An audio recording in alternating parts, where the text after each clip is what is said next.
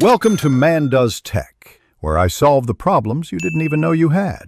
In this video, I will explain how to make Nestle hot chocolate. First, gather your ingredients: Nestle hot chocolate mix, milk, and your favorite mug. For a standard 8-ounce serving, you'll need 2 tablespoons of the mix. Using whole milk or 2% milk will give you the richest, most delicious result. Get ready for a cozy treat. Next, it's time to heat your milk. You can warm 8 ounces of milk in the microwave for about 90 seconds on high, or gently heat it on the stovetop.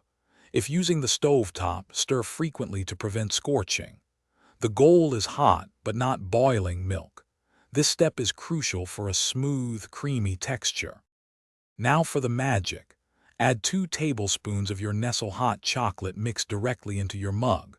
Slowly pour the hot milk over the mix, stirring continuously as you pour. This helps prevent clumps and ensures a perfectly smooth, rich beverage. Keep stirring until all the powder is fully dissolved and the chocolate is uniform.